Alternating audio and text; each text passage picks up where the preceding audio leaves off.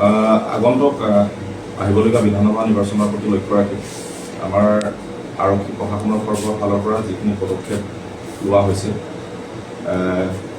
আমাৰ বিশেষকৈ কাৰ্বি আংলং পুলিচ আৰু বিশেষকৈ মোৰ থানা দহমকা থানাৰ পুলিচৰ তৰফৰ পৰা আপোনালোকে দেখা পাইছে যে আমাৰ ইতিমধ্যে আমাৰ থানাৰ এলেকাত ৰাজস্থান পুলিচৰ এটা ইলেকশ্যনৰ ডিউটিৰ কাৰণে আমাৰ দল এটা আহি উপস্থিত হৈছে আৰু তেখেতলোকৰ সহযোগত লগতে আমাৰ থানাৰ ষ্টাফৰ সহযোগত আমি যাতে নিৰ্বাচনত বাধা আৰোপ কৰিব পৰা কোনো ধৰণৰ সামগ্ৰী কোনো লোকে যাতে ট্ৰান্সপৰ্ট কৰিব নোৱাৰে সেই কাৰণে আমাৰ 24 ঘণ্টা থানাৰ সন্মুখত নাকা লগোৱা হৈছে। থানাৰ সন্মুখৰ লগতে অন্যান্য ঠাইতো আমি নাকা ছেটআপ কৰা হৈছে।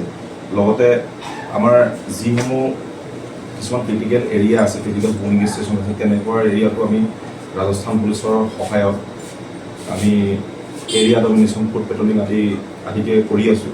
গতিকে আশা কৰিছোঁ যাতে আগন্তুক আহিবলগীয়া বিধানসভা নিৰ্বাচন শান্তিপূৰ্ণভাৱে যায়। লগতে এই ক্ষেত্ৰত আমাৰ দহমকা থানাৰ এৰিয়াৰ যি জনগণ আছে সকলোৰে সহায় সহযোগিতা কামনা কৰিছোঁ।